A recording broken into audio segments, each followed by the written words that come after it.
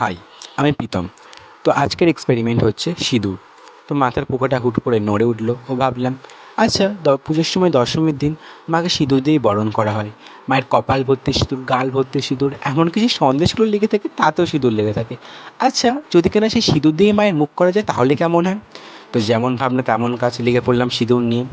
এখানে পুরো ছবিটাই আমি আঙুলের সিঁদুর দিয়ে করার চেষ্টা করেছি ও কিছু পার্টসে তুলির ইউজ করেছি, সেখানে সিঁদুরটি জলে গুললে আমি তুলি দিয়ে ইউজ করেছি এবং বাকি তো আপনারা জানাবেন কেমন হয়েছে।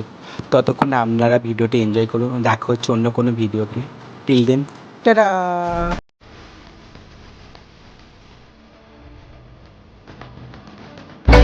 দশমী সিঁদুর খেলা